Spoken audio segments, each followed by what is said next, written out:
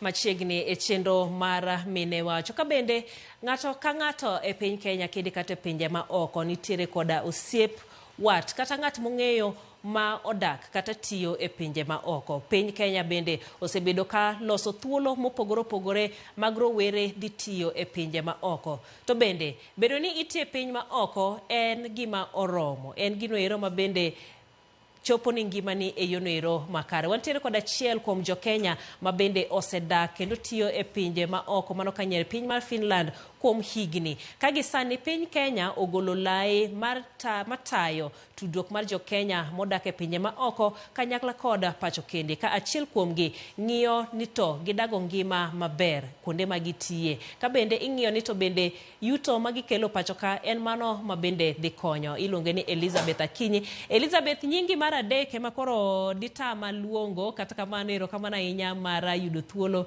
mar bedo kodwa e Ramogi TV odhiambo masani. Erokamano Jael, nyinga mar adek en Mokkonen. Mokkonen. Erokamano ahinya. Sama koro wawuoyo sani, olos lai iluongo ni diaspora policy mano ma 2025. Inyalo mana leronwa ni to gin ang'o momiyo olos lai ma kama to oting'o ang'o gini? Erokamano ahinya Jael. Dholuo na ok ber ahinya, to kata ka adwa wacho joma winja sani gin jo diaspora, gin jo Kenya ma odak diaspora, to mondo wang'e ni jogi bo gin jok ma kabila mopogre. Koro yenauru ni anyalo donjo ma wach kisungu ka gi kacha kama ok anyalo wacho dholuo. Nyocha ne wane chokruok mane wa discuss issues mar diaspora policy 2024. Ne wan gi policy mane nitie 2014, but koro sani wan gi policy mar 2024 mancho bedo launched gi His Excellency Mudavadi. Gimomiyo nodwaro policy ni en nikech ma document monego bed ni konyowa mondo wang'e ni jo Kenya modak oko gidak nade. Waseneno ka nitie weche mang'eny matimre ne jo Kenya manitie oko. Waseneno ni nitie jomoko ni odak e pinje ma oko, wawach mokwongo kaka Saudi Arabia. Iwinjo ni nitie nyiri manitie kuno mathagre ka gidhi kuno, contract mano megi ka gidok, ka giwuok Kenya kae ka gidhi pinje ma oko go opogre. Inyalo yudo ni nitie jomoko mabe osewuok madhi oko ka ng'ato wuondo gi ni oko kuno ber, nitie pesa to gik machal kamago. Samoro yudo ka jomoko thagre. Koro magi gik mosebedo kwa loso gi serikal mondo okonywa. Before ne waonge gi ministry mar, ne wan mana gi Ministry of Foreign Affairs, to ne waonge gi ministry mar department mar diaspora affairs. Sani wamor ahinya gi serikal nikech serikal omiyowa Roslyn Njogo en PS, permanent secretary mar diaspora affairs. So osebedo kochwalo wechewa kokonyowa mondo wayud gik mwadwaro. Gik mwadwaro gi en ni wang'iyo ni labor market chal nade, migration de oko kuno chal nade. Wang'iyo ni jo Kenya manitie oko kuno odak nade. Ok mana ni kiwuok tidhi tiyo ti onge kamibo donje, onge gimibo timo. Koro wang'iyo ni kapok onyisi ni mondo iwuogi gi jok ma wantiere go kae kaka agents. Ni nitie weche mo chani maber ni kiwuok ka tibo chopo to gik moko biro bedo maber kaka dwarre. Erokamano ahinya Elizabeth. Sama koro bende wawuoyo e wach kaka jo Kenya tiyo e pinje ma oko, nitiere pinje moko ma bende wasebedo ka winjo ni ka jo Kenya odhiye to sandruok odhuro. Pinje ma moko bende tich bed kata tich ni kare, jo Kenya odak adaka ngima maber. Nitiere kaka bed ni ng'ato nyalo ng'eyo ni kadhi e piny ni to ngima nok dhi bedo maber, to pinje machalo koda magi to koro ka dhiye to weche nyalo bedo makare. Gima nyalo wacho kae en ni piny ka piny nitie gi sheria margi. Mibo yudo ni seche moko ok en mana ni pinje go ema richo ne jo Kenya. Ibo yudo ni nitie jo Kenya be maketho sheria mar pinje magidhiego. Koro kidhi for example a country machal ni ok dwar ni mondo dhako orwak long kaka Saudi Arabia ginigo, gintie lewni maboyo monego bed ni rwako, nitie weche moko mang'eny monego bed ni timo, idak e ot, onge madho kong'o or things like those. Mago sheria moket gi pinjego. Ibo yudo ni be nitie countries moko machal America, nitie countries moko machal Europe, nitie countries moko kaka Finland makamadake. Ma human rights is something very important. Ging'iyo ni sheria ni kaka dhano, ratiro ni kaka dhano, what is it ma onego bed ni luwo. Gimanyalo wacho ni opogre en ni wayudo agents mang'eny, waseneno kata e social media, waseneno kata e gazet kondik, wasewinjo kata e radio, kata e TV, ni nitie jok manowuondo ji. Ng'ato kawo pesa ni odwa tero ni nyathi loka, ng'ato kawo pesa ni odwa yudo ni nyathi somo, odwa yudo ni nyathi tije. Kichopo kuno tiyudo ka gik moko pogre gi gik manonyisi.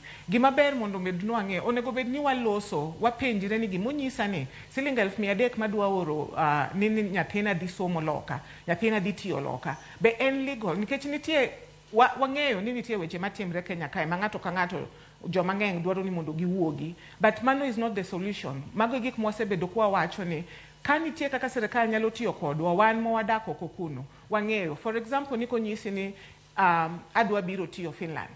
Nitie kaka unyalo yudo Elizabeth, nitie kaka unyalo yudo ng'ato mondo upenje ni Finland kuno ji odak nade.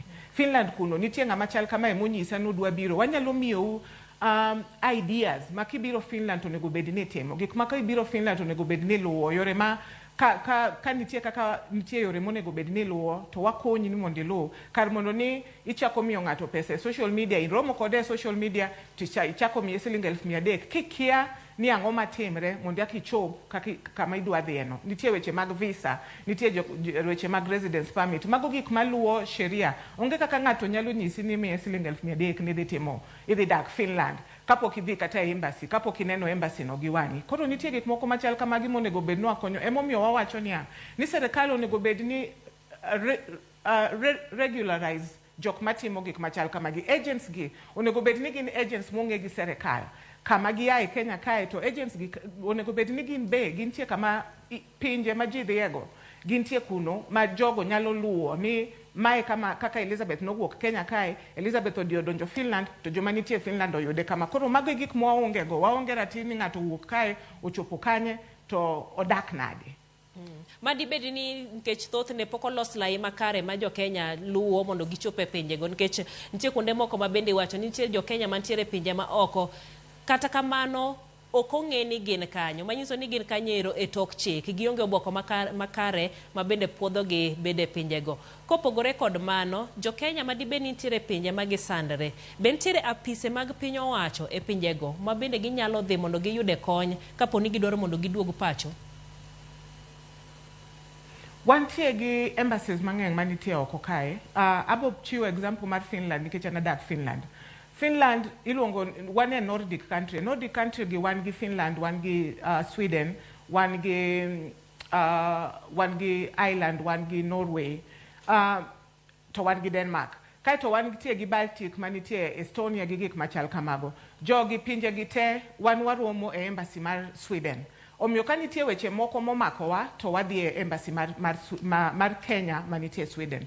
But ibo yudo ni seche moko be kata ka wadonjo e pinje ma wantierego, pok wadhi ma waregister. Gima jo embassy wacho en ni it is important ni kiwuok e piny miae, many embassy manitie machiegni kodi, dhi mondo register. Nikech mane tich momiyo ambassador iyiero mondo obi e pinjego, mondo konyi. The issue en mana ni mondo kon jo Kenya manitie e pinjego. Jogi ka nitie gi shida ni dwa samoro ni passport ni oserumo, samoro ni ID ni oserumo, samoro ni nyuol loka to nitie nyithindo midwaro ni mondo register gi ID mar Kenya, nikech mano right gi. Nitie kaka gigi onego bed ni luwo, nitie chike onego bed ni luwo. But kidhi midonjo ka ng'ama nodonjo gi kuo, onge ng'ama ong'eyo kuma intiere, onge ng'ama ong'eyo gimitimo, it is very difficult. Wang'eyo be ni nitie jo Kenya modak oko ma onge karatasi. Nisedhi kuno, idhi limbe, ndalo manomiyi orumo, nikech imanyo tich, to wang'e ni imanyo tich. But luri gi jo Kenya weteu. Wantie gi Finland, for example, wantie gi Finland, wantie gi mama milongo ni mama Kenya. Mama Kenya ni nyalo dhi kuome, ng'ata modonjo Finland tinyise ni dhi kuom Mama Kenya. Wan gi associations manitie Finland kanyo, Kefiso, Kenya Welfare Association. Koro onego bed ni wamanyo joluo wan be, wan gi association mag joluo. Koro onego bed ni manyo joluo weteu kata manyo jo Kenya weteu, associations mag kabile moko be nitie mar jolango, nitie mar jokuche. Koro imanyo ji mondo idago nikech gimoro nyalo maki, gimoro nyalo timre, magi e jok manyalo konyi. But most important en ni manjo embassy mari gonegi simu. Gimoro matek en ni ji paro ni embassy en mar joma moko, ok en mara. Embassy ni en mari in miwuok Kenya kidhi e piny moro. Mane momiyo gin kanyo. To always ji paro ni manyo simbe gi ok gimak. They are very efficient. Ki manyo embassy mipenjo ni ma antie ka, antie Finland, na biro nyocha magi gik machanda. They will always respond. Mane gima ng'eyo nikech asatemo an, to they will always respond. Mano ni kare, adeno kimulo wach mar bedo gi community, bedo kanyakla mag kata jo Kenya, wach ni kuom ranyisi wacho ni piny Finland untiere koda riwruok mar oganda luo, riwruok mar jo Kenya. Kopogore kod rwako ng'at modonjo manyien, gin kony magi ma bende umiyo runo wuon e pinyno. Waseng'eyo ni nitie jo Kenya mosebedo ni samoro ng'ato no lalo min-gi, ng'ato lalo wuon-gi, samoro ng'ato nitie gi msiba motimre dala, wariwre, wachango pesa, wakonyo mondo ng'ani samoro nyal biro. Inyalo yudo ni ng'ama msiba ni oyudo en ng'ama pod isomo, pod onge pesa. Koro wariwre, wamanyo pesa mondo obi mondo oik janyuolne. Apart from that, bedo oko kuno, sama chal kamae en winter. Sani wan gi 30 degrees e Kenya kae. Plus 30 degrees. In Finland it is minus. One gi snow, iwuotho e baraf. Gigo miyo chakre okinyi nyaka odhiambo iyudo ni un mana gi light. Muneno ni rieny chakre okinyi nyaka odhiambo nikech it is dark most of the time. Gik machal kamagi miyo ji depression. Gik machal kamagi nikech onge gama ibo neno, jogi ok riwre, jogi odak kendgi, jogi timo gik moko kendgi. Koro sama un gi jo Kenya associations makonyo ugo, unyalo riwru, waromo ga seche moko, watedo chiemb Africa, chiemb Kenya mwang'eyo kuon gi gik mwachamo, rech, gik machal kamago. Koro mi kelo ni dala machiegni. Imiyo ni in Finland but in dala machiegni. Koro riwruok konyre, in gi joma inyalo losogo. Ibo yudo ni wasunge most of the time gin mana kendgi gidwa timo gige gi kendgi, to it is understandable nikech mane culture gi, mane kaka ging'iyo. Wan gi culture moro wadwa mielo thum, wadwa timo gik machal kamago, wan gi nyithindo wadwa tero oko gik machal kamago. Koro it is important mondo iriwri gi jo Kenya wetegi nikech konyi riwruok gi konyi mondo itim gik moko mopogre, ma gik moko kelo ni dala machiegni e Europe kuno kata America kata kuma intiere. Aneno ka opaku kabisa kaluwore koda omenda ma bende uoro pacho ka mowach kanyiro ni ntiere kaka jiwo uchumi ma piny Kenya. Pesa ni gin mago ma dibed ni ioro ne wede kanyakla kod osiepe mag gedo, mag timo chenro mopogore dala. Mane gima osebedo ka chandowa gi serikal mar Kenya nikech serikal mar Kenya ncho wacho ni wan waoro gimoro 4.8 to 5 billion Kenya shillings. To be giwacho ni jok manitie diaspora ok ng'eny nikech ncha ne giwacho ni jok mano vote negi nikech wan tie gi voters nitie wan gi stations apar gariyo gi polling station 19 e diaspora. Koro yudo ni jok mano o register ni di yudo votes ne gin mana ji 10,466. Koro wasebedo kwa penjo jo Kenya, kunyalo paro ni serikal mar Kenya kuwacho ni joma nitie oko gitin machan kamae. What about pesa mowakelo 4 billion mowacho gi ya kuom joma mage? Wasebedo kwa penjo ni wadwaro wan be mondo wabed ni wanyalo yiero jopiny jotelo makonyo wa Kenya kae nikech wang'eyo ni number according to IOM and body makonyo gi weche immigration, gisenyiso wa ni Kenyans manitie abroad gin karibu 4 million. To wawacho ni jo Kenya 4 million, IBC onego konywa mondo wayudgi, mondo wang'e kuma gintiere. Wan waseriwre kaka jo Kenya, and kama wabete ni wanyalo loso gi joma nitie America, wanyalo loso gi joma nitie UK, wanyalo loso gi joma nitie Asia nikech wariwre kendo e grube, wang'eyo ni ng'ama kama chal kama ni e piny ni. Koro wang'ere ni magi gik mwanyalo timo. Koro okwadwa ni wan nikech wadak diaspora gimiwachonwa en mana wach pesa. Ok ng'i gik moko mwatimo mabeyo, ok ng'i kaka wathagre, ok ng'i ni nyithindwa ni chal nadi. Gima giparo en mana pesa. To gima giwacho be ni pesa ni ok ginyal kwane nikech pesa ni kobiro to Elizabeth oro ne min gi, Elizabeth oro ne wuon gi, ok gine pesa ni. Koro wan be wawacho ni wadwaro ni mondo gitim mapping mondo ging'e ni Jokenya adi manitie Kenya to pesa ni ka odonjo to donjo nadi. Wan wawinjo mana ni pesa osedonjo mang'eny molo kata pesa mar tourism madonjo Kenya. Obedo mang'eny molo kata pesa mar joma timo tich majan, tich kahawa. Koro wan be wadwa ng'eyo ni pesa ni samo donjo no how is it, nikech wan be wang'eyo ni ka oro pesa ne mama na odhi directly kuom mama na. Okonyo ni koro nitie foreign exchange, okonyo ni nitie development madhi nyime, but wadwaro ratir manyalo yudowa mondo wayud structures ma pesa gi nyalo bedo channeled.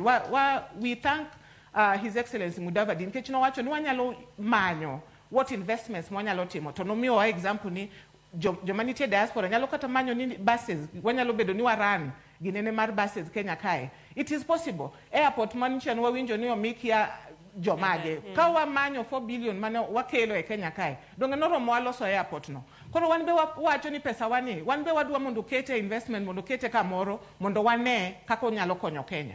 Ero kamana ahinya mana mogik sama koro imulo wach mar piny Kenya no ero un udwaro ni mondo sirkal okawnu ting' mane mana mapiyo piyo ka watieko. Okay, one, wadwaro ni wanyalo bedo ni wanyalo vote. Mano gimokwongo ma important. Be wasewacho ni 4 million people nyalo loso diaspora, nyalo loso county. Nikech kwa wamiyore example mar county mar Kenya, mar Kisumu, jomage modak kanyo, gin ji adi. Koro wan ko wacho ni IOM osenyiso wani 4 million, wanyalo bedo ni, wanyalo bedo gi county wa. Wasebedo kwa wacho ni wadwaro diaspora county 48, wasebedo kwa wacho ni wadwaro constituency 291, but mago gik ma osenyiswa, no waromo gi speaker mar National Assembly, Honorable Wetangula, onyiso wani wachak manyo gik matindo tindo mwanyalo timo. Gima wawacho mokwongo, en ni an Elizabeth, okanyal vote ka antie Finland, nyaka wuothi adhi Sweden mondo adhi vote. Koro wawacho ni mondo gimiwa polling stations moko, gimedwa polling stations moko. Wanyiso jo IEBC mondo tim mapping mondo ng'e ni ji adi ma Kenyans modak oko, mondo giwe nyiso wani gin ji 10,000. Wanyiso gibe ni mondo gikonywa mondo wayud nomination kata wayud representation nikech waonge representation ka sheria wacho ni nitie nominations minyalo timne mon kata inyalo timne people with disability itimone ji. Wan be wawacho ni wan jo diaspora, wan be wadwaro nomination nikech ng'amo dak oko kuno emong'eyo shida ma wantiere go. Koro mago gik mokwayo serikal. Ero kamana ahinya Elizabeth Akiny Mokkonen mano kanyero ma odak e piny no ero mar Finland. Sama bende watwak e wach mar ting' ma Jokenya modak e pinje ma oko ka bende wang'en to bende sirikal bende ojo bed ni timo negi ang'o. Ginero se yange ni ntiere kaka gikonyo piny mar Kenya kaluwore koda chenro mopogore opogore ma gichwalo pacho ka. Ero kamano nya Elizabeth kuom miyo thuolo mari e odhiambo masani. Mano bende ema wantiere godo e chenro ni mar mine wacho. Kik idhi mabor, pod waduogo gi weche manyien mamoko.